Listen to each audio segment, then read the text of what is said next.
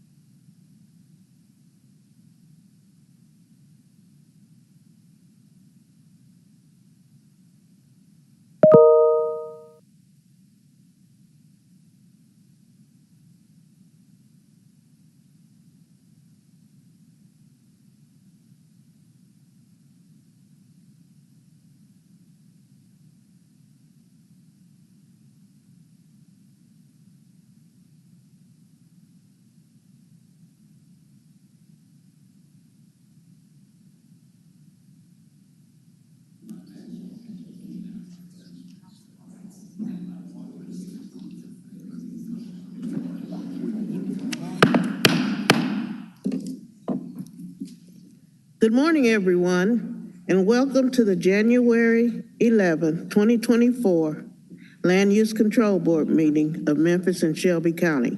My name is Mary W. Sharp, and I will be serving as your chair. We will begin this morning's meeting with a roll call. Mr. Ragsdale, would you proceed, please? Yes, ma'am. Mr. Fleming? Here.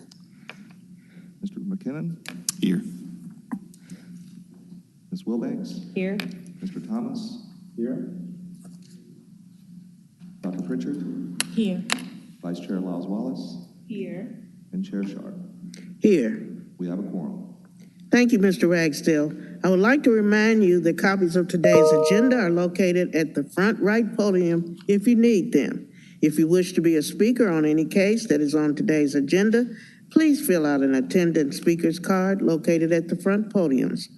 Once you have filled out the card, please bring it up front and hand it to one of our DPD staff members located at the left podium. When that agenda item is called, you will be given an opportunity to speak. At this point, I would like to read our conflict of interest statement. The adopted policy of the Land Use Control Board requires that any member of the board recuse himself or herself from any participation in the discussion or voting on any matter on the meeting's agenda in which he or she may have direct or indirect personal interest.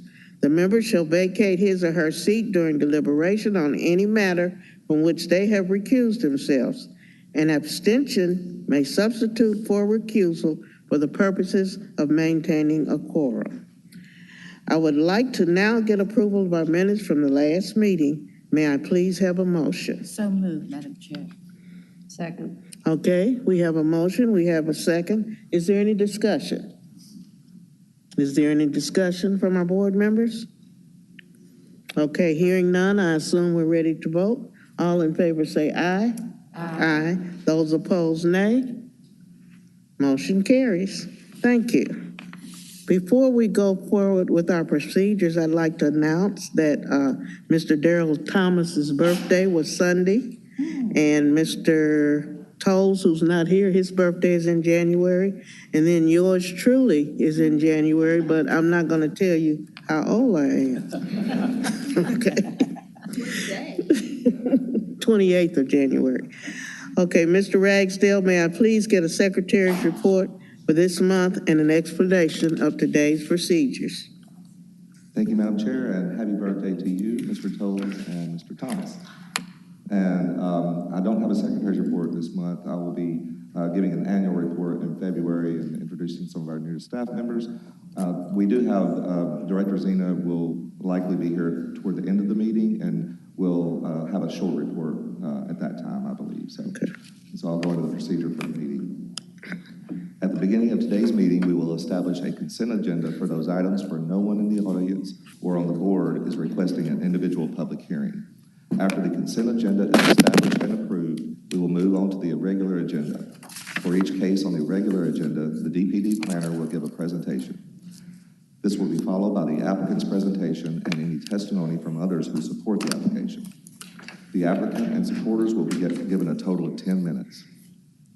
Following each speaker, the chair will ask the board members if they have any questions for that speaker. Next, the opposition will be given a total of 10 minutes to present their case. Following each speaker, the chair will ask the board members if they have any questions for that speaker. Finally, the applicants will then have a 3-minute rebuttal period under the same rules. Following all the presentations and after all parties have been heard, the chair will ask if the board members have any additional questions of anyone who spoke. Then the chair will close the public hearing portion of the case, entertain a motion on the matter, discuss, and then vote on the application.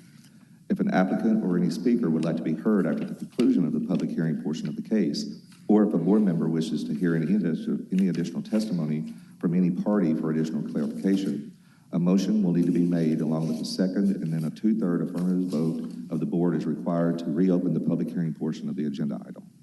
If the public hearing is reopened, both the applicant and the opposition will be allowed an equal amount of time to provide additional testimony. After the additional comments, the board will close the public hearing portion of the case and deliberate and take the final vote. Again, if any member of the audience wishes to provide testimony in support of or in opposition to a case, he or she will need to fill out a speaker's card. These are available at the front podium. Speaker's cards are not required of applicants since their names are already part of the record. Okay, thank you. Thank you, Mr. Ragsdale. The board is a supporter of community involvement, and we certainly welcome neighborhood comments and feedback. We're respectful of the fact that many of you have taken off work or adjusted your schedules to be here today, but we ask that your comments please be made within the time allowed. If there are multiple speakers, please try not to be repetitive so as to make the most of your side's 10-minute time allotment. Lastly, I'd like to ask you to all silence your cell phones so as not to interrupt or disturb anyone during today's proceeding. With our procedures now explained, I would like to introduce to my right Ms. Lisa Wilbanks, who will be this morning's consent agenda chairperson. Ms. Wilbanks will read items 1 through 15 as the consent agenda. Once the consent agenda is read, if you wish to discuss one of those items individually, please come forward and give us the item number and we will pull that case. We will then vote on the remaining consent agenda items as one vote, and following the vote, we will hear the cases that were pulled individually. Ms. Wilbanks, would you proceed, please? Yes, ma'am. Item number 1, case SAC 2023-007 in Nutbush. The request is to close and vacate an alley between 3775 Longfellow Road and 3760 Whittier Road. Staff recommendation is hold for 1 month. Item number 2, case SAC 2023-006 in Hedgemore. The request is to close and vacate Minden Road between Graham Street and St. Andrews Fairway. Staff recommendation is hold for 1 month. Item number 3, case SUP 2023-028 in the airport adjacent area. The request is a special use permit to allow apartments in the commercial mixed use 3 district at 2491 Joy Lane. Staff recommendation is hold for 1 month. Item number 4, case SUP 2023-029 in Joffrey. The request is a special use permit to allow a drive-through restaurant in the Transit Overlay District located at 3341 Poplar Avenue. Staff recommendation is hold for 1 month. Item number 5, case PD 2023-028 in Orange Mound adjacent. The request is a major modification to allow self-service mini storage in Area B of the Lamar Crossing PD located at 2899 Lamar Avenue. Staff recommendation is hold for 1 month.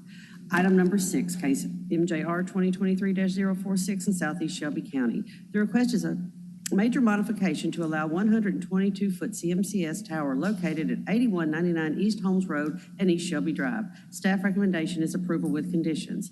Item number 8, case SAC 23-08 in downtown. The request is to close and vacate a segment of North November 6th Street from Jefferson Avenue to its north terminus and close and vacate the unnamed alley between North Main Street and 2nd Street. Staff recommendation is approval with conditions. Item number 9, case PD 23-029 in airport adjacent. The request is a planned development to allow an 11-lot single-family development at 4701 Boeing Shire Drive. Staff recommendation is hold for 1 month. Item number 10, case SE 23-04 in Raleigh, Egypt adjacent. The request is a special exception to allow tractor-trailer parking in the commercial mixed-use 3 district at 4866 Covington Pike. Staff recommendation is hold for 1 month. Item number 12, case SUP 2023-035 in Raleigh, Egypt adjacent. The request is a special use permit to allow contractor storage in the commercial mixed-use 3 district located at 4866 Covington Pike. Staff recommendation is hold for 1 month. Item number 13, case SUP 2023-036 in Westwood. The request is a special use permit to allow a convenience store with gas sales in the commercial mixed-use 3 district located at 391 Western Park Drive. Staff recommendation is approval with conditions. Item number 14, case SUP 2023-037 in Pinnacle Point adjacent. The request is a special use permit to allow a convenience store with gas sales in the commercial mixed-use 2 district located at 5245 Riverdale Road. Staff recommendation is approval with conditions.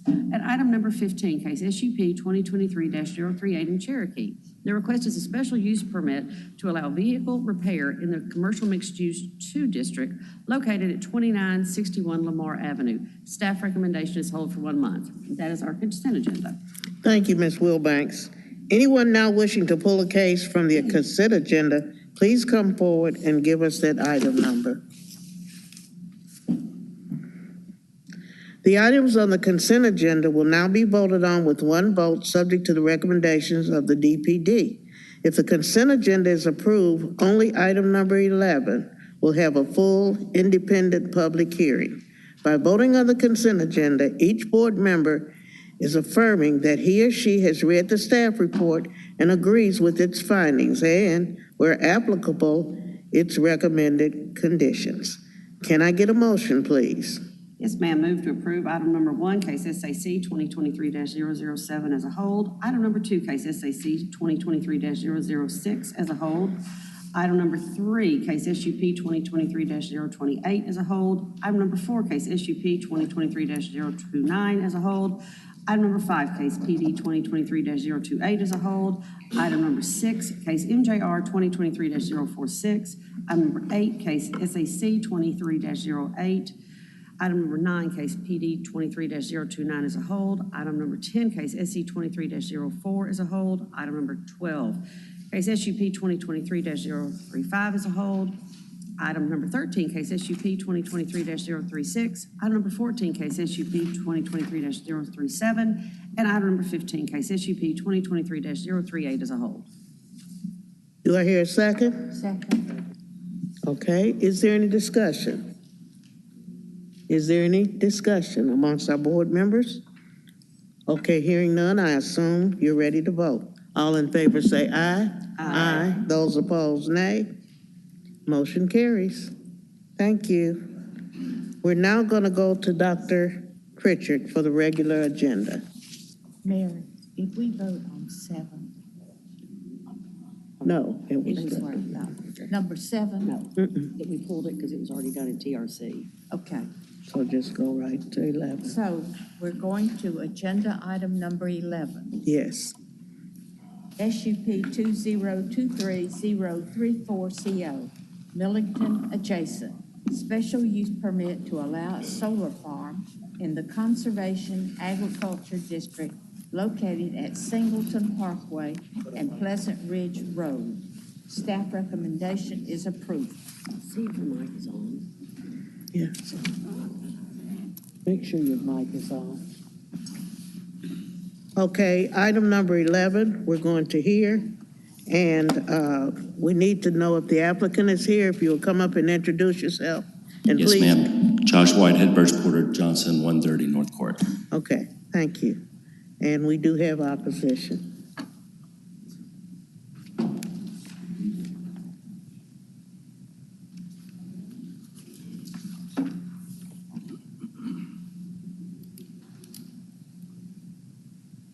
Okay.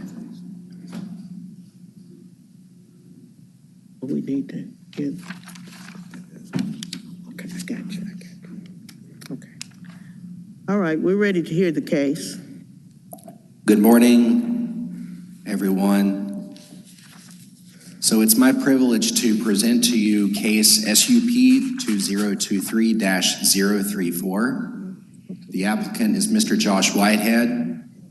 Location effective is in the general area of Pleasant Ridge Road and Singleton Parkway in Millington, Tennessee 38053. The applicant is requesting a special use permit to establish a solar farm in the CA or Conservation Agriculture Zone District that's pursuant to Shelby County Resolution. You'll see a location map on the left-hand side. On the right is the vicinity of the proposed project. I do want to note that there were 1,000 notices that were scheduled to be mailed out and were successfully mailed out around December 21 of 2023. On the left-hand side is a zoning map, and the star is representing the intersection of the proposed project. On the right-hand side is our land use map. So this is one of the site photos that was prepared to us, where you will see the projects located marking in the white. So these are a series of photos that were taken, prepared to us by drone.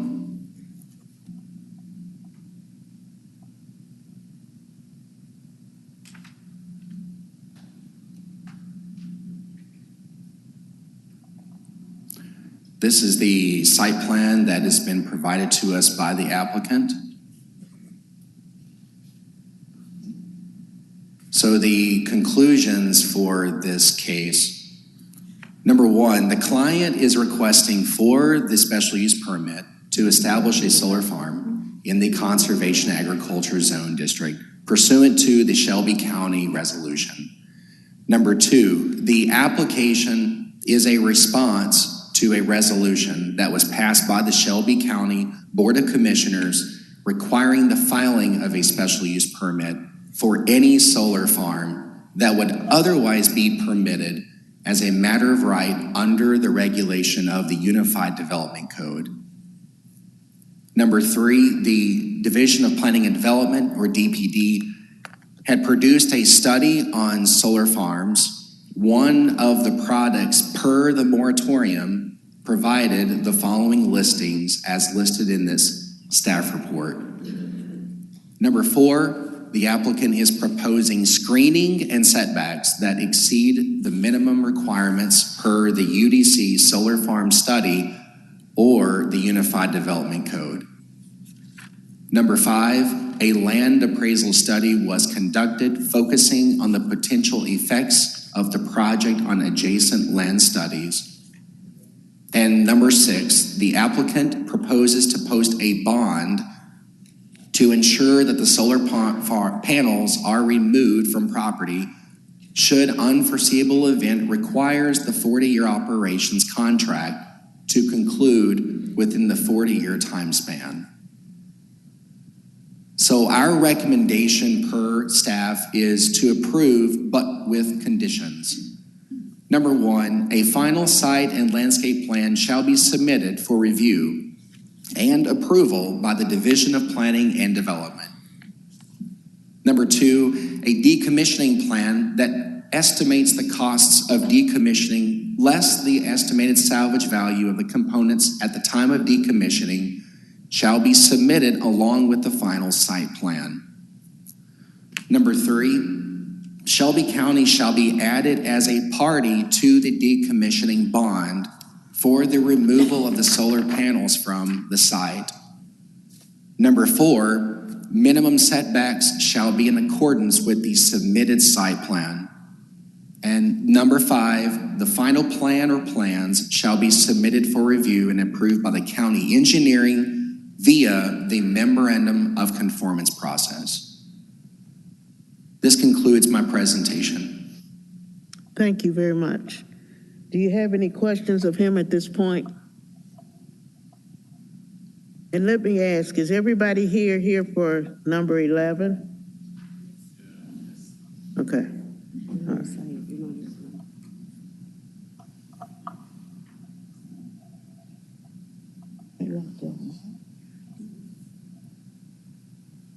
Okay. All right, this is the only case that's going to be heard this afternoon, and of course, everybody's welcome to stay, but we're just hearing number 11. I just want to let everybody know. Okay, we're ready for the applicant. Thank you, Madam Chair. Again, Josh Whitehead with Birch Porter Johnson. We're in full agreement with the staff findings, recommendations, and conclusions, but let me first start off with a short timeline. That timeline is included in the packet that Mr. Penzis is about to circulate. We began the process with this solar farm and in conversations with DPD in 2020. At that time, when we had assurance from DPD that this was a by right use, we began the very extensive and, more importantly, expensive process of obtaining our state and federal permits to operate the solar farm. That took about 3 years. On July 28th of 2023, this past summer, we submitted plans on Acela, developed 901, that began the process of our building permit. Since this was a building permit for a by right use, these were construction grade drawings.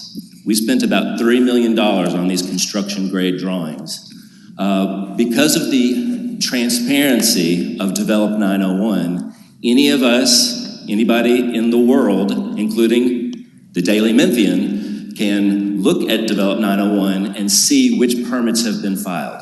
And indeed, an article was written before we had even completed our application process on August 4th. That article created a degree of public clamor, which culminated into the September 11th moratorium. As Mr. Howell mentioned, we are not here before you because the UDC says we should be here before you. We are here before you because there's a Shelby County resolution that says we have to be here before you. We were not notified, nor invited, nor were even aware of the September 11th Board of Commissioners meeting. So when the Board of Commissioners passed their resolution, they heard from one perspective. In addition, between August 4th, when we had completed our building permit, and September 11th, we were notified of nothing. The first time we were notified of anything was on September 12th, when Develop 901 sent a message to my client saying, you have been rejected. There's a solar farm moratorium in place. Goodbye. So on December 5th, we filed this permit.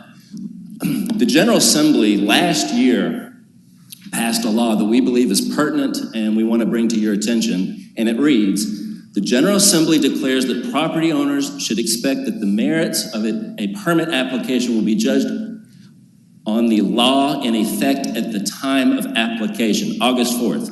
The interests of property owners to use their property as they see fit and free from the threat of interference from potential local regulation outweighs the need of a local government entity to work out the details of a potential zoning change. Next slide. Good news, Madam Chair. We meet the existing language and we meet the proposed language. Why did the General Assembly pass this law? They found that last-minute zoning changes have a negative repercussion on investment in Tennessee. Also, they dispossess property owners, such as my clients, of due process. A law was passed, a resolution was passed with only hearing one perspective. So let's talk about the law in effect at the time of application, August 4th. Well, number one, no land use control board public hearing, no special use permit. Number two, a 7 to 15 foot landscape buffer is required. And number three, if you have 10-foot solar panels, which ours will probably be less than, you have an 11-foot setback. Next slide. As part of the moratorium that was passed by the county commission, it instructed DPD to perform a solar farm study on the subject matter. In that study, which has been attached to your application and is included in the PDF materials that Mr. Howell disseminated, it finds that solar farms should continue to be a by right use, number one, and number two, they should be probably set back more than 11 feet and probably set back more than 15 feet from adjacent land uses. And again, we meet and exceed both of the existing language and the proposed language. The report also finds, importantly, that there are many other more intensive uses allowed in the CA district right now, more intensive than a solar farm. Number one, agricultural uses. Many agricultural uses, because the pesticides, the herbicides, the tilling, etc., is more intense than a passive solar farm. But number two, subdivisions. A subdivision with the traffic, the development, the environmental impacts of septic systems or sewer systems or water systems, et cetera, are more intensive than a solar farm. Next slide, please. So what we have done is we have commissioned Mr. John Jackson, who's here with me, as is my co-counsel, Van Turner, and we have a few people from RWE that I failed to introduce, Scott Spence, Joshua McNeely, Alexis Bowman, and Christian Davis. Mr. Jackson put together a landscape plan that in his 42 years of experience is the most intense, robust, and expensive landscape plan in his belief, in his 42 years experience, but also in the history of Shelby County. And here it is. Next slide. We have 6 different plates. Next slide, next slide, next slide. Madam Chair, we face 6 properties with no existing landscaping between our solar panels and those houses. 6. Let's go through those 6 properties that we face. Along Pleasant Ridge, next slide, we're proposing a 45-foot landscaping screen, next slide, and a 236-foot setback. Along the 2 houses in Twin Oaks, we are proposing, next slide, a 45-foot landscape screen, and number 2, a 929-foot setback. Remember, we're required to have an 11-foot setback. Next slide. And for the people who back up to us in the Waverly Plantation subdivision, there is existing landscaping, as you can see here, but we will be set back, next slide, 758 feet and a 35-foot landscape screen. Madam Chair, I'd like to reserve the balance of my time so we can be responsive to the opposition. Thank you. Thank you, Mr. Whitehead. Okay, we are ready for the opposition, and we do have 15 cards here, and you have 10 minutes, so that sounds like about 45 seconds per person. So make sure that you're not repeating yourselves, and make sure you make the most of your time. We have a list here in the order of which they want to be presented. So we'll have Amy Hill first.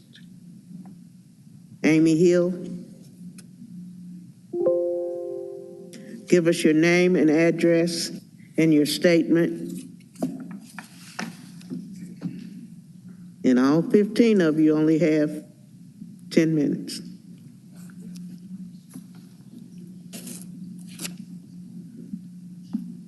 Name, address. Good morning. My name is Amy Hill. My address is 6160 Tabor Legacy Lane, Millington, Tennessee. I come forth with a couple of my family members. We currently own collectively about 30 acres in the Twin Oaks subdivision. My husband and I have built our forever home on our portion of the land, which is about 9 or so acres. And my sister and her husband have built their forever home on their land. And my brother will be joining us March of this year with his home on our land. And I say forever home because this is where we'll be until we die. And coming with opposition to the solar plant because we feel like they're asking for a special permit for a solar farm. We see it as an industrial solar plant.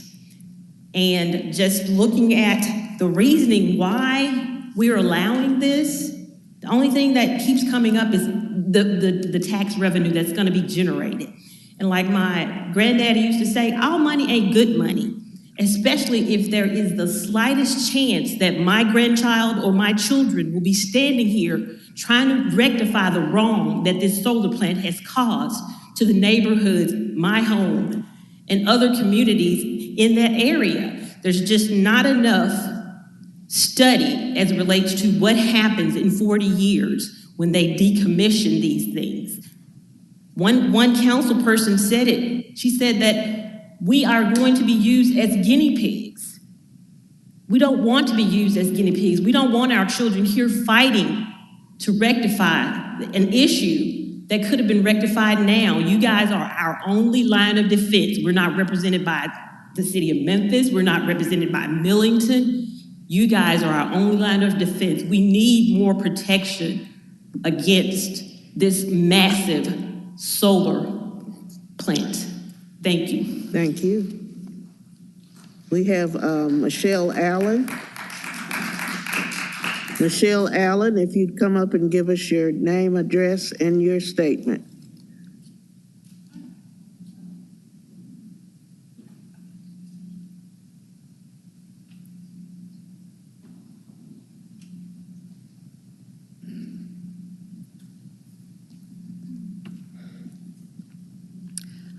Hello, I'm Michelle Allen. I live at 6057 Broad Meadows.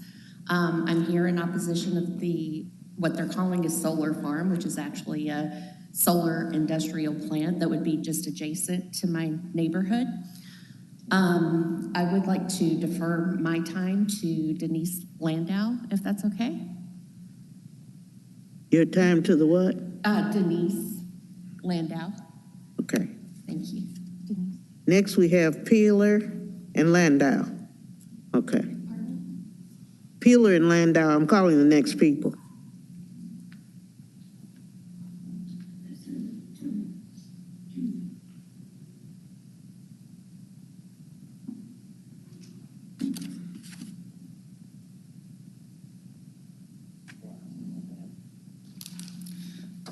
We proposed an order to our speakers to try and make this go more efficiently, and it got all mixed up. So, but we'll do our best. Okay, give us your name and address. Okay, you go first, Drew. Drew Peeler, 2037 Elm Grove Road. We farm several properties adjacent to the solar panel farm. We just don't approve of it, but You go ahead, you go ahead. for what it does to the wildlife and the vegetation. all the farm life and stuff. Okay, and I'm Denise Landau. I'm at 6002 Broad Meadows, and we own farmland right adjacent to this, pretty much adjacent to this solar project. This is going to impact us immensely. Starting with the value of our property, Millington's plans for the area, like Millington, in the Millington's city limits, they had proposed to put in $300 to $500 home building project. That's all been scrapped because of the solar project. The builder doesn't want to do it anymore. The landscaping that they're promising, well, the landscaping that they put in up in Millington on Armour Road, it's all dead. And the landscaping that RWE put in Rosanke, Texas, it was all dead within 2 months. So their landscaping promises are not very good. Despite their claims otherwise, the destruction of the farmland by the solar panels is complete. The topsoil is removed and the root bulbs are excavated and the land is compressed, tamped, and covered with construction fabric and gravel to create roads for the construction machinery. No large solar project has been successfully decommissioned and returned to farmland. Despite their claims, the runoff from the panels and the overwhelming dust and erosion from the project create considerable environmental damage, which pollute the nearby properties and water sources. Silicon Ranch Solar had a similar project, and they had a judgment against them in May, this past May, for $135.5 million. RWE has numerous environmental violations against them in Texas. There was too many for them to give me over the phone. One town alone had 5 environmental citations against RWE. That's who's doing this. The damage to the wildlife and birds is devastating. I'm not sure you care about that because you don't care about us people, but they don't care about us people, but it is absolute. The high voltage grids are dangerous and surrounded by chain link fencing and either barbed wire or razor wire. The clear and present danger to the citizens, children, and pets is obvious. The profits from RWE's WR Graceland will go to TVA and RWE, benefiting none of us from Shelby County. It will not lower our electric bills nor prevent the lights from going out if there is an outage. WR Graceland from RWE, that's this, would be a utility owned and controlled by a private German-based company. Texas is now in a lengthy lawsuit with RWE because of their wind and solar projects did not function in bad weather, which caused widespread grid failure February 8th through 20th of 2021. Customers suddenly paid as much as $15,000 for their monthly bill. It isn't logical to assume that the privately owned solar utilities would be great here when they've been a disaster elsewhere. Excuse me, Ms. Landau. Okay, we got only 4.5 minutes for 9. I'm sorry, I couldn't hear you. What, ma'am? We only have 4.5 minutes for 9 more people, so. Okay, I'm done. Okay. Thank you. Next, we have Mr. William Mulder. Or Moldek. Give us your name and address.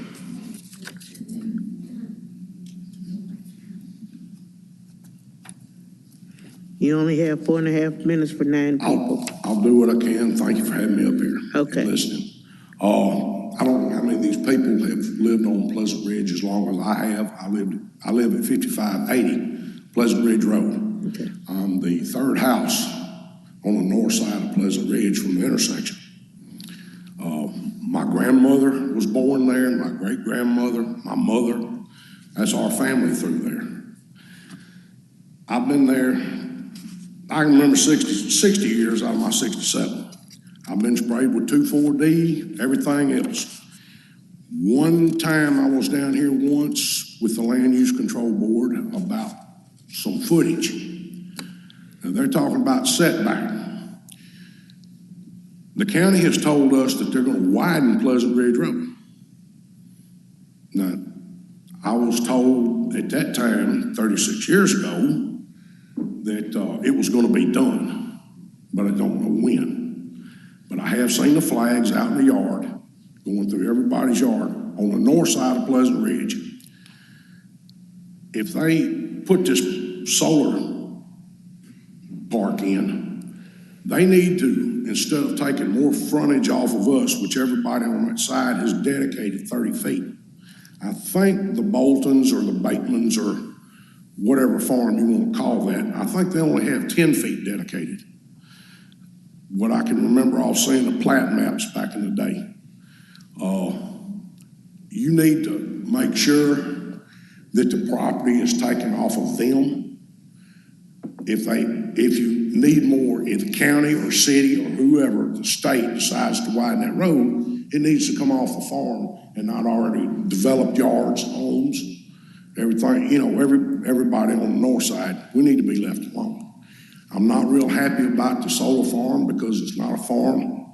That's industrial. I've been in heat and air for 50 years and put in panels for heat, air, electricity, and there ain't nothing farm about that. I was raised on a farm and I've been around farming all my life. And they can call it whatever they want.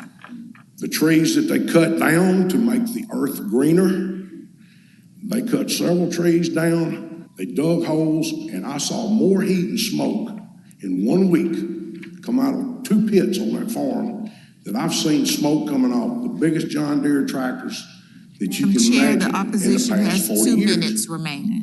Okay, you only got 2 minutes for 8 All more right, people. well, I appreciate it, but y'all need to really, really look at this, because if you get those power lines, are they gonna be underground, or are they gonna be run overhead?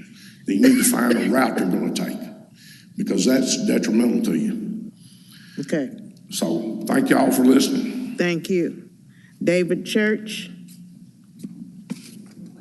And I have to make it real short.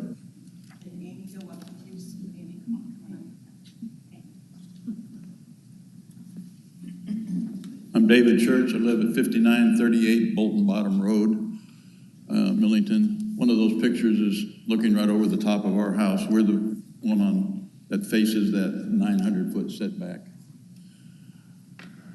Being very brief, we've lived there for over 45 years. And Madam Chair, I'll tell you how old I am. I'm almost 81. Okay. There hasn't been enough research on solar. We haven't had one in for 25 years. We don't know what the runoff is going to cause. And when they decommission that 25 years from now, I'll be gone. But my kids and my grandkids will still be there. Look at what happened to Los Angeles. Last night on NBC, they talked about the Exide plant that was taken out. People are dying over this lead poisoning. This is not going to put out lead poisoning. We don't know what the leaching effect of those solar panels is going to be 25 years from now. Talk to the county commission in Los Angeles and see what they're putting up with right now. People are dying from it. Go ahead. Okay, thank you. Thank you. Okay. Ann Turner. I'm here wearing 2 hats. I'm a resident in Millington. I'm also a real estate agent with Kaizen Realtor. My address is 6510 Annie Lee. I live in the Pleasant Place subdivision. They mentioned the Waverly subdivision, which is about 500 houses or so. We have about 120 houses in my subdivision in Pleasant Place. Of the 1,000 notices that was sent out, I was not notified. I did not receive one of those notices about the meeting. Only found out about it through neighbors. This will decrease the property values. As a real estate agent, we know this is going to decrease property values in that area if the solar farm comes up.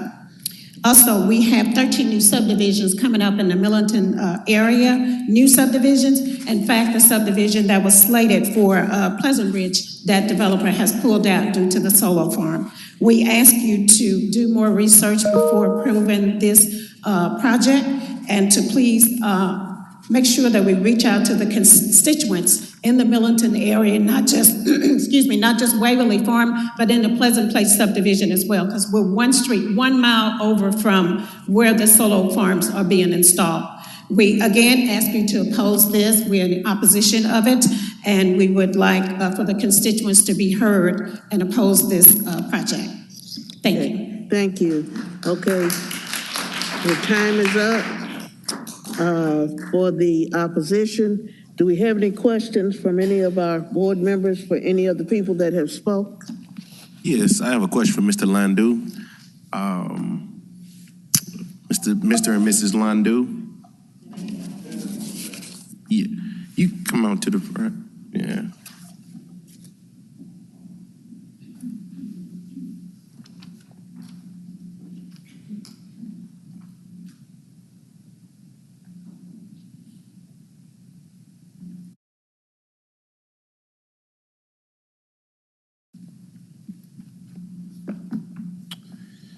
More so than not, Mr. Landu, you seem pretty familiar with the farming world. What would this do as far as farmland if you guys are farming next door to the property? What does this do to, or how does it affect your property as far as from the farming standpoint? That's what it does to the runoff from it, or To the mic. Can you talk into the microphone?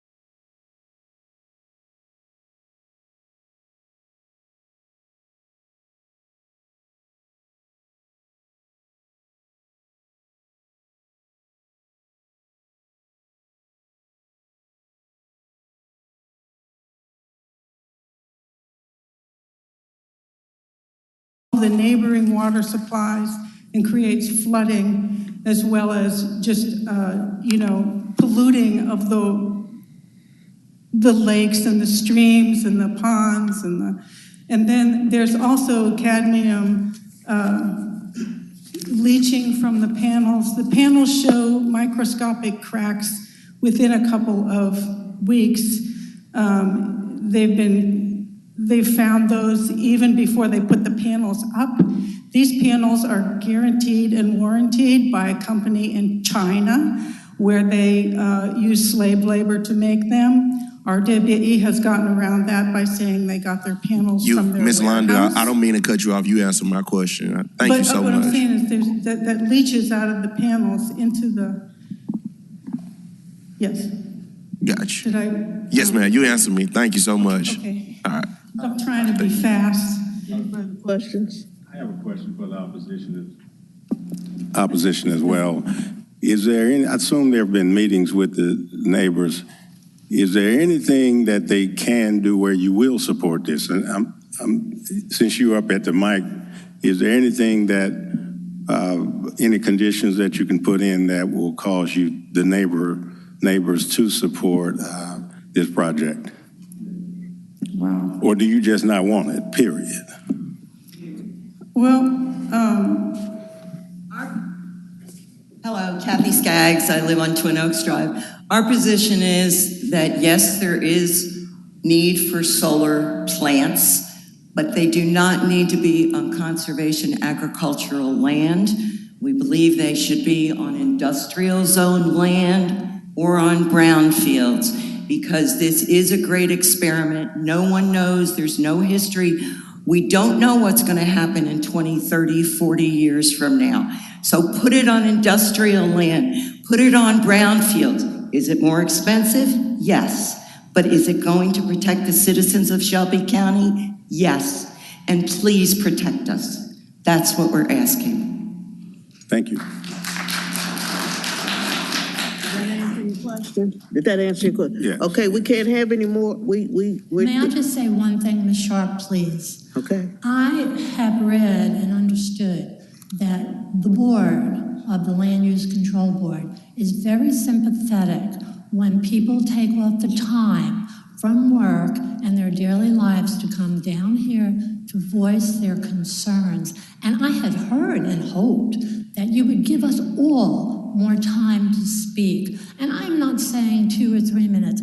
If we could all just have our 1 minute of time, it would be so appreciated. And really, your motto, your mission statement is to protect and respect the Shelby County land and the stakeholders. Well, look at all these stakeholders that came out today, and you are cutting us short. And we appreciate that, but we have rules and regulations. We have 10 minutes for the opposition. We explained that, and we explained, please make your remarks short so that everybody can get within those 10 minutes. We can't change the 10-minute time limit. We can't change the 10-minute time limit for the applicant. They get 3 minutes to rebut. You don't get any time to rebut. So, Well, is there anything I that have to else tell that- you, as a Shelby County citizen, I'm pretty disappointed in your rule. Can I just make sure and get the name, because we don't have the, I mean, I know I have your name down, but Susan Brady. Susan Brady. So, Madam Chair, I would say that we are already into the opposition speaking, not in the question mode. So, any time that I was trying to keep up with, because I don't know if Vice Chair Lyles Wallace was, we would want to make sure the applicant gets equal time. If the board so chooses, you could allow additional time. I think that one of the things that you often say, Madam Chair, is that any new testimony might be valuable or any new comments, but I think that avoiding repeating the same comments is what really the intent of the time limit is. And I think that if the board so chooses, if there are additional different comments that you might want to hear, but I think that's part of the issue, is that there are a lot of just repeating comments that, allowing everyone to speak and say the same comments is not really beneficial to the conversation. So I have some wonderful comments to add to what has already been said. okay, well, so I think that I'll leave it to Madam Chair. If you wanted to ask the board if you want to allow any additional time, and you could limit that as well. But again, I think that making sure that it's not just a repeat of the same comments that you already heard and understand. So, Madam Chair, as a member, I want to hear from the neighborhoods. I mean, this is the only case we're actually hearing today, so I want to allot the time where they can speak, specifically those who gave their cards. Okay. I'll stay here until I'll hear cap. every one of them if need be. Well, we need to put a cap on that time. I And we got have it. to give the applicant the same amount of time. Well, I'm sure we will. Okay. We always Thank you, fair. Mr. So what is Thank you. what is the feeling of the board members? We need to say, are we going to give them more time? And if we're going to give the opposite more time, how much more time are we going to give them? Madam Chair, I would just request that, and I don't disagree at all with additional time, but to Mr. Ragsdale's point, the spirit of this is we don't want to hear this. We understand the environmental impact, property values, those points have been made. We would just ask that you don't continue to repeat the same points. If you have something new, then I'm all ears too as well. Okay, but you're saying more time. What's the rest of the board saying, and how much time? Madam Chair, I agree with what has been stated. Any new information, and we've already gone 5 minutes over, so we would need to add 5 minutes already to the applicant's time, and so I don't know how many cards are left, but a minute each. We got. I think as everyone does come up, be aware of your time as you speak so that you can obviously give your colleagues more time to make their point and be more valid and transparent and straightforward. We still have 10 cards. So a minute apiece? 10 minutes, I don't think will harm us. Anybody? Okay, do you want to? 10 minutes, I think would be fine. Okay, everybody is in agreement with 10 minutes? Yes. Okay, we'll give you 10 minutes. You have 10 people. We want to hear something new, and try to make it 1 minute. let's call their names up, the people who actually put their Okay, cards I'm gonna in. go still in order of the ones that you had first in order. Karen Hayden. Karen Hayden, And Madam Chair, I Okay. would say that if you do call a name and someone doesn't want to speak, that they can just let us know that as well. okay. So Ms. Hayden, do you want to speak or you want to give up your time to someone else?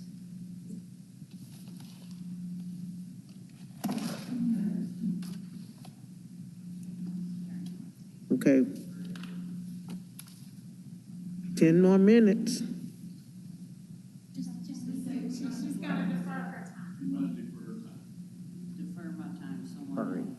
Deferred, okay. Now we have Joanne Johnson. Okay. We have Chuck Brady. And then we have, Good morning. okay, I'm Chuck Brady. I live at 6119 Royal Muse Drive in Millington in the Twin Oaks subdivision. What I want to talk briefly about, I know time is of the essence. I just want to make sure that everyone on this board understands the magnitude of this industrial solar power plant. It's 2.2 square miles. You know what 2.2 square miles is? It's the size of downtown Memphis. Start at Riverside Drive, go up to I-240, go to Uptown, go all the way to the end of South Main, put in the FedEx Forum, put in the medical district. That's what we're talking about. We're not talking about a solar farm. We're talking about a heavy industrial solar power plant. Think of the land I just told you, the downtown land. Take everything off it, scrape it to the subsoil, and put 300,000 solar panels on it and fence it with chain link and barbed wire. And then the report says there's no significant effect on surrounding properties. Just think of the magnitude of that. We need to table this project. The neighborhoods depend on your support, and the economic well-being of North Shelby County is at risk with these, because this is not the first one. This is the second one. 4.5 square miles of the conservation and agricultural zone will be these massive solar power plants. Thank you. thank you. Kathy Skaggs.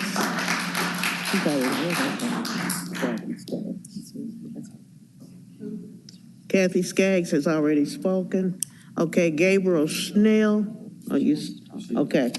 Come on. I just want to, Kathy Skaggs, 5983 Twin Oaks Drive. Just want to mention something about property values. Yes, there are only 175 homes within 500 feet of the property. However, there are 1,147 homes within a 1 mile radius. Okay, average price $250,000. You're talking about home values of $300 million, and we 1,200 homeowners are looking at anywhere from 5, 10, 15% devaluation of our property. Okay, that's a lot of money. That's a lot of property. Please hear us. It needs to be on industrial. Thank you. Thank you. Gabriel Snell. Okay. Susan Brady. Susan Brady, Okay. 6119 All right. Royal Muse Drive. I want to refer back to the economics of farming and first say that everybody calls this prime farmland, but this is productive farmland. It has been in crops since I moved to this area 40 years ago. The total direct agricultural output for Shelby County is $770 million per year. 11,400 people are employed directly in farming in Shelby County, and these numbers are based on data from UT's Institute of Agriculture. Now, RWE claims they're going to provide jobs for Shelby Countyans, but their building permit is going to be using a construction firm from Fargo, North Dakota, who is going to bring their own employees to do this specialized work. In the end, there will be 3 positions permanent for Shelby County citizens to vie for, and they will be low maintenance slash, the maintenance jobs. The loss in agricultural income and farm industry jobs in Shelby County will be huge and permanent if this Graceland solar power plant is built. So we are hoping that you will hear our concerns and consider us and this beautiful land when you vote. Thank you. Thank you. Okay, we still have 3 more people. Cheryl LaVoice, Sarah LaVoice, and Brian Wolf. Okay, well, that's it. We got, you had 2 people.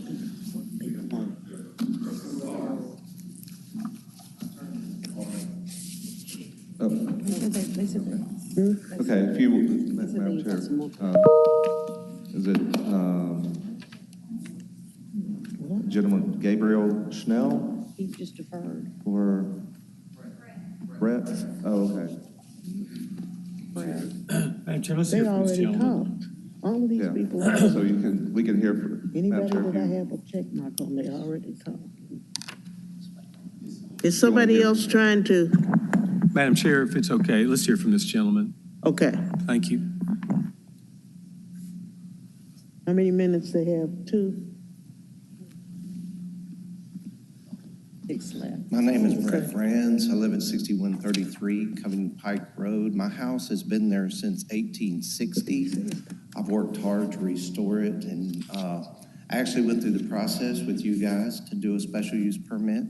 I have a wedding venue at the place, and everybody that comes every week says, or when they do come, says it's such a beautiful place. I just don't want that to change. And I think this is too massive of a project to change the topography of the land and what we're doing with it. I worked really hard, spent half of my retirement to make sure I met conditions to not harm or disturb the neighborhood. And now a friend of mine called and said, well, I guess you just lost all your retirement, because he thinks it would devastate our business. So I'm just asking you to consider what it would do to people and their daily living. Thank you. Okay, thank you. Okay, you still have some time, so Cheryl LaVoice, Sarah LaVoice, or Brian Wolf. If you don't want to speak, then we're through with the opposition side, and we're ready for our applicant. Pardon? And I just wanted to mention, of course, anytime that you use, the applicant will have that additional time. So if there's, but if you stop now, then yes, the time would stop. That.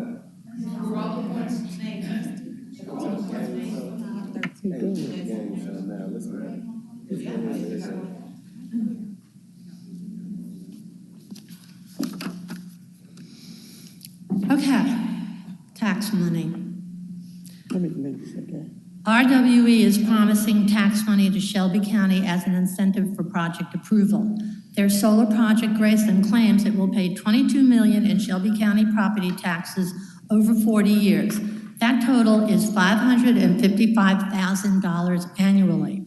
Drawing a comparison, Silicon Ranch, a 350-acre solar power plant, has an assessed value of $1.8 million and pays an annual tax of $63,000.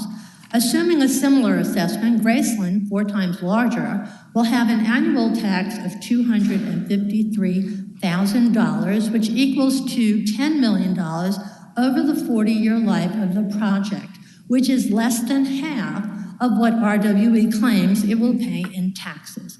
Furthermore, as RWE calculates their financial benefit to Shelby County, the federal and state tax credits are not included. This occurred with the RWE solar plant in Rosanke County, Texas. The tax credits dissolved the tax liability for RWE, and Rosanke County ended up settling with a $1.7 million one-time payment for the 40-year project. Thank you. Kathy Skaggs again. One other point, I am very thankful that RWE in Graceland has proposed a bond.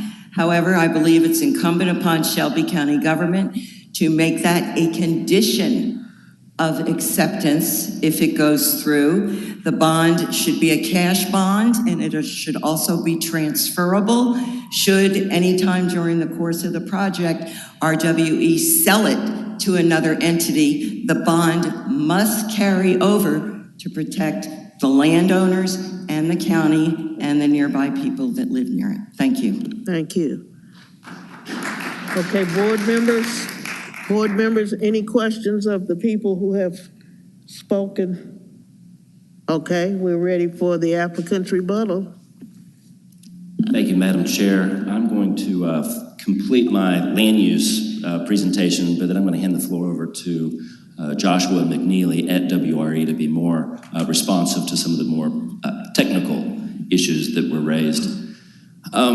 First and foremost, a couple more slides.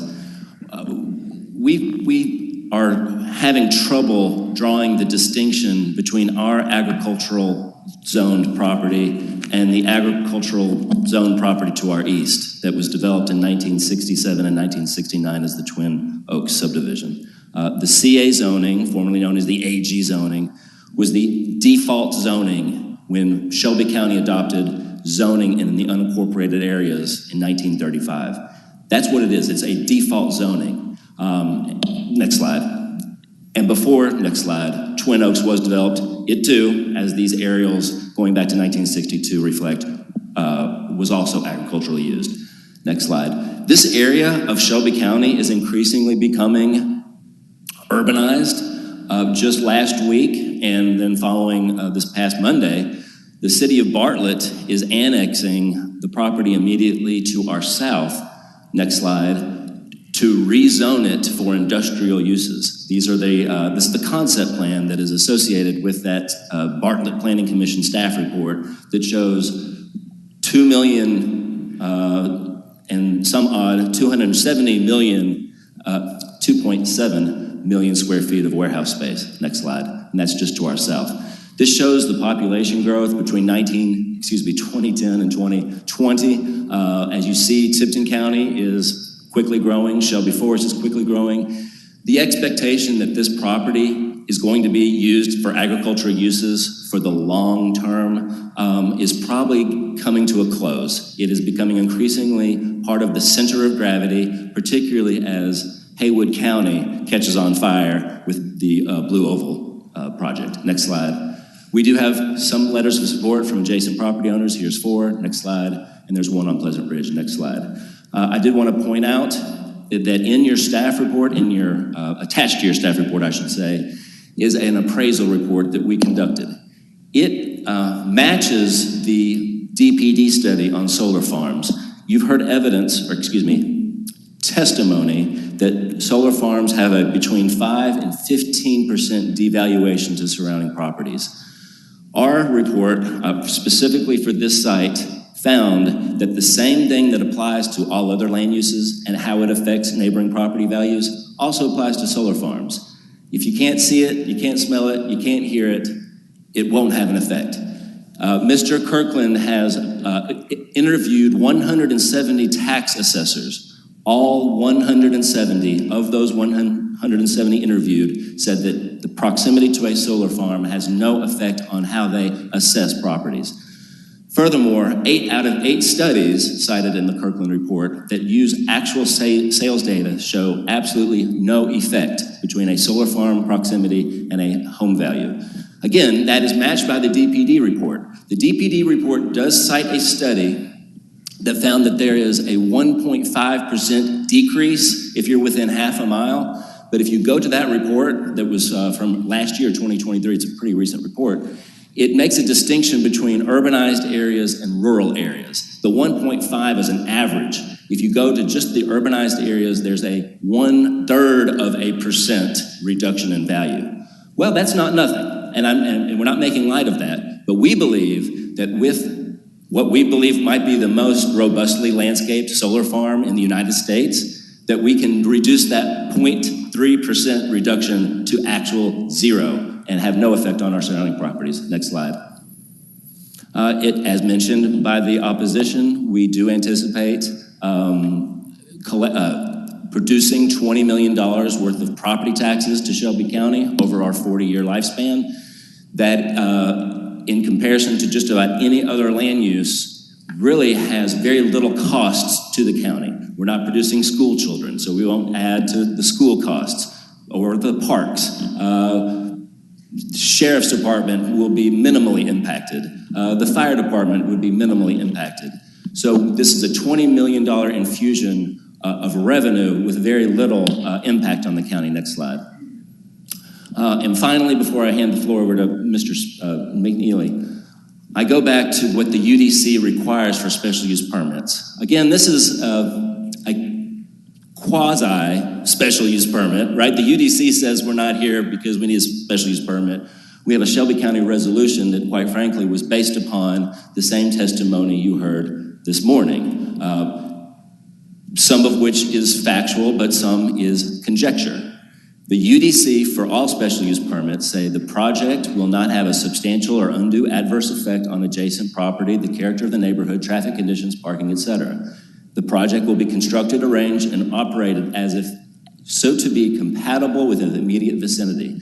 We believe that since you will not be able to see this, smell it, or hear it from any adjacent perimeter property line of our perimeter, it will clearly meet that test. I wanted to mention stormwater before I hand the floor over to Mr. McNeely. Our panels are 4 feet by 6 feet, and they're not attached to each other. So whatever stormwater hits that would have hit the ground below it, right? So the only impact on additional impervious surface are the poles that hold up our solar panels. Those poles will be, whatever minimal impact that is, that will be remediated by a retention pond. We have gotten the SWIP permit through the Shelby County government, and of course we've been dealing for the last 3 years through the state of Tennessee through TDEC. One final point. I think anyone in this room or anywhere watching this discussion who owns properties should be horrified. Because if you have an idea and you contact the city of Memphis and you want to massage that idea so it is by right, you don't want to go to the Board of Adjustment for a variance. You don't want to go to the Land Use Control Board and the County Commission for a special use permit. You're going to make your idea fit the by right peg, and you do it. And so then you hire an architect, you hire an engineer, you go through a lot of permitting processes, and then at the past the last minute, after the last minute, something crazy happens. Your neighbors do find out what you're trying to do. They go on the internet, they come to conclusions, and if they have enough juice, they can go to the elected body and put a stop after, in our case, you have spent $3 million, and we actually own some of the acres involved in our project. We're leasing most of it, but we have signed a lease. For me, this is why the Tennessee American Planning Association is always beside itself when the General Assembly acts, because the General Assembly finds this scenario disgusting. And so they pass legislation to combat it. And so the but the repercussions of such acts are to diminish a local zoning authority's authority, which is the side effect.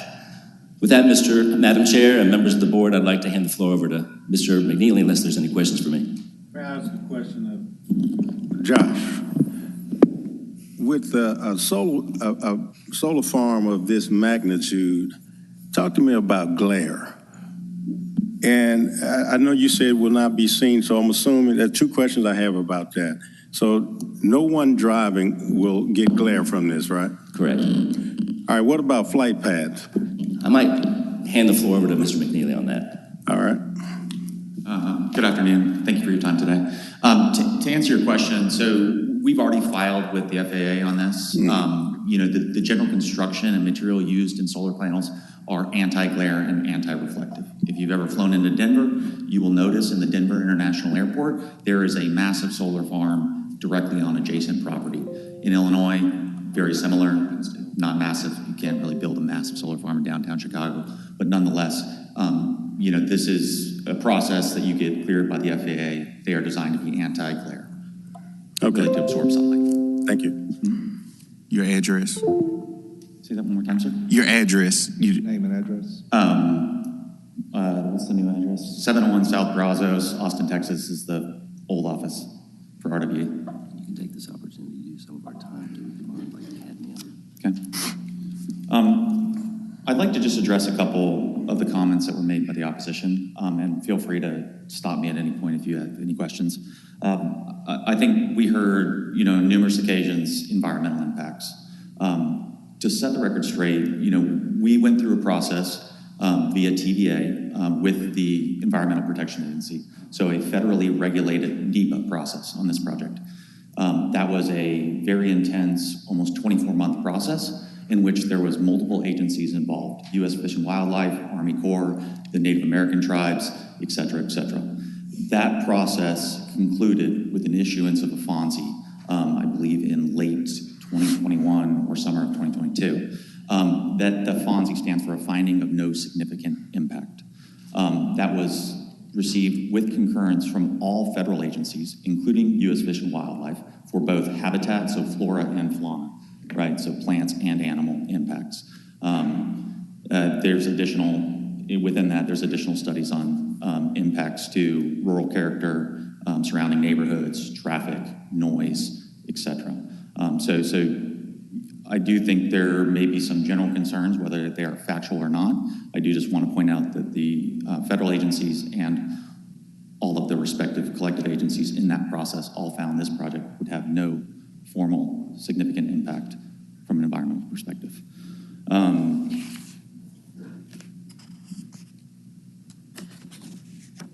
The bonding. So I think we've heard, you know, on two different occasions, concerns about the bond. We've discussed with staff about this. We understand that one of the conditions is that the county be named. I think we are, you know, willing and able to accept any conditions as far as bonding and what counterparty would be named on that. Furthermore, in our leases currently, as Mr. Whitehead mentioned, we have, you know, the majority, I'd say 90% of the project, with the exception of the 123.6 acres that we own, is all under a formal long-term lease. Through our leasehold obligations, we already have a requirement to bond the decommissioning of this plant with the landowner. The addition of Shelby County for additional security to you and your constituents is something that we would happily accept. The transferability, all of those as far as terms and conditions, again, something we would be happily to accept. Stormwater and runoff. And I've only got like 3 more items after this. So the stormwater process. So, you know, as Mr. Whitehead mentioned, we have already submitted our stormwater, temporary stormwater permit application to TDEC and Shelby County, which was received earlier last year.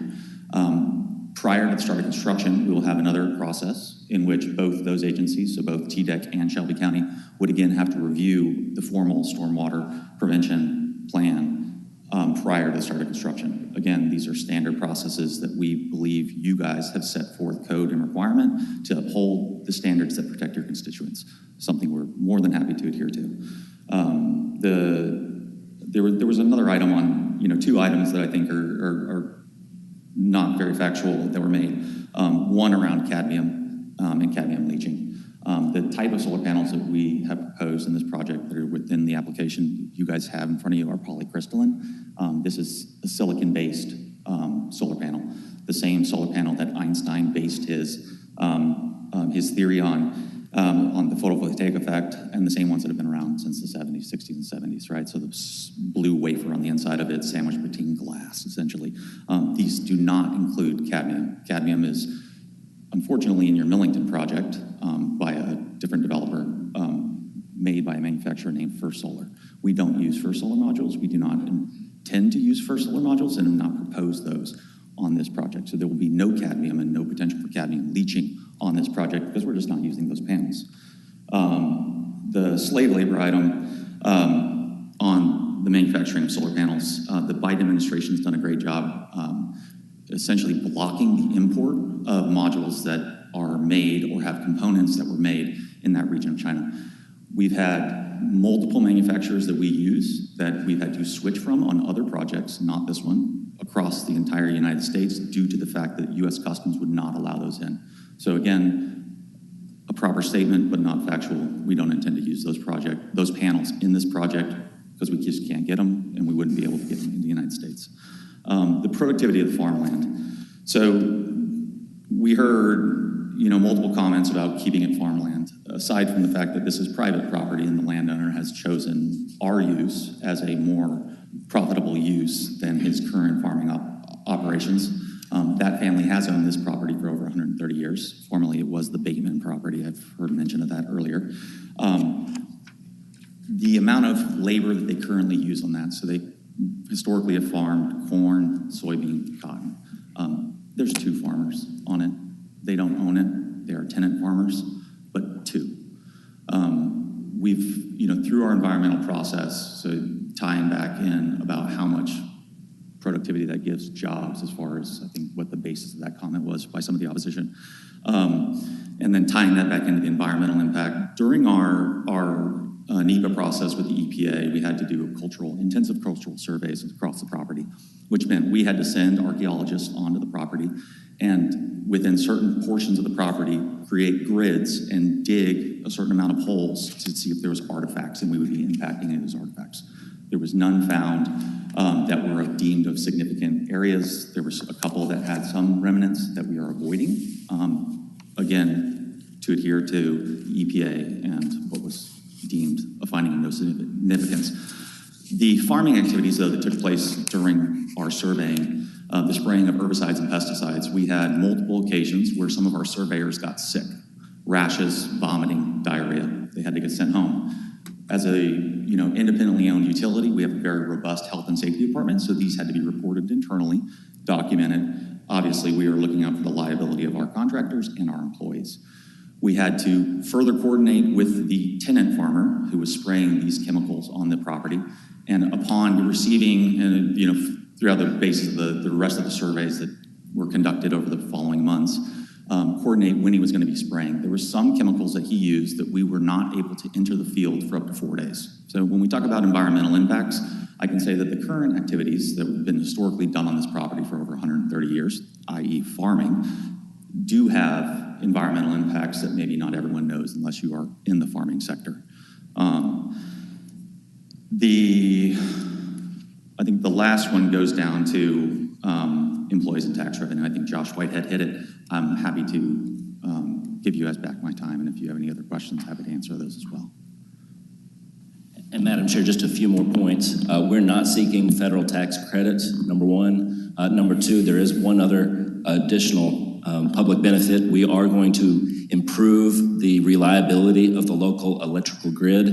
And number three, Silicon Ranch, which is the solar farm to our north, on the north side of Millington, they were developed under the current UDC, the quote-unquote by right process. And so they have those 11-foot minimum and 15-foot minimum landscape screens. If there's one benefit to this process, it is that we have added $3 million worth of landscaping. So that is a key distinction between our proposed solar farm and the solar farm that is now built up in Millington. And to the credit of DPD, maybe one of the reasons why the UDC does need to be improved in that regard. Speaking of landscaping, if you have any questions about the landscaping plan, Mr. Jackson's here, and the team is available for any questions. Quick question. Who does the solar power actually benefit? That's an excellent question. So the project itself electrically ties into the MLGW system. Okay. I think the general physics is something that causes most people confusion. There is a contract to sell the electricity that RWE has entered into with TVA. TVA has then subsequently sold the rights to that power to Meta, formerly known as Facebook. That will service their green power initiatives. The reality is, there's no one, and we've had, at the last public hearing or public town hall meeting we conducted, we actually had 2 representatives of TVA there to speak directly to this. The reality is there's no one in this world that has created an ability to steer an electron. So when an electron goes into the electrical grid, it wants to go to the first exit, right? Irregardless of what we do as far as a virtual contract or a settled contract with TVA and Meta, that power is all going to be consumed at the closest outlets to its point of generation, right? Again, the reality is we connect into the MLGW system. The benefit, who actually uses those electrons, will be those in the most adjacent area to the project. Gotcha. Thank you. Any further questions of the applicant? Any further questions of the applicant? Okay, thank you. Thank you for your time.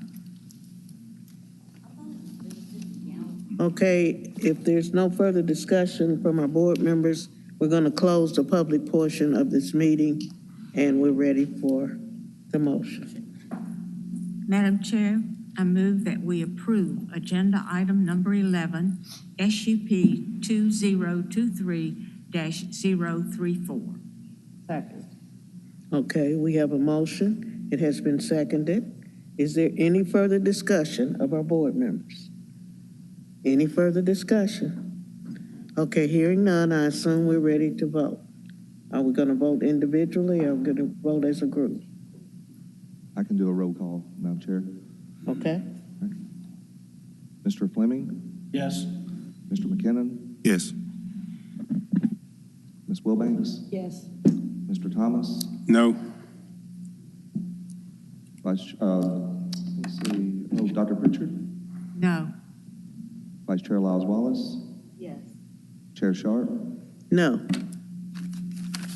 We have 4 yes, 3 no's, motion carries. Okay, motion carries. Thank you.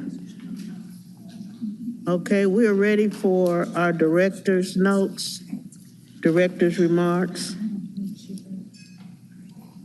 Thank you all for coming. Thank you. Good morning, members of the board. John Zena, Director of Planning and Development. I wanted to address you today on a topic that you've heard a lot about today, solar farms.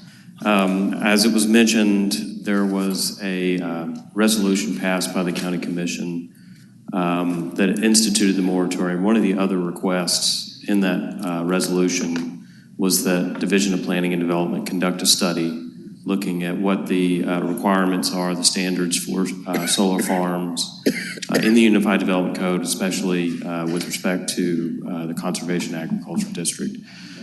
So our staff conducted a study. Mr. Nicholas Wardrop, along with Ms. Megan Farrell and Ms. Lita Rowan with our division, conducted a study, came up with a number of recommendations, or a number of findings rather, regarding the impact of solar farms. Many of those were just discussed in the previous case.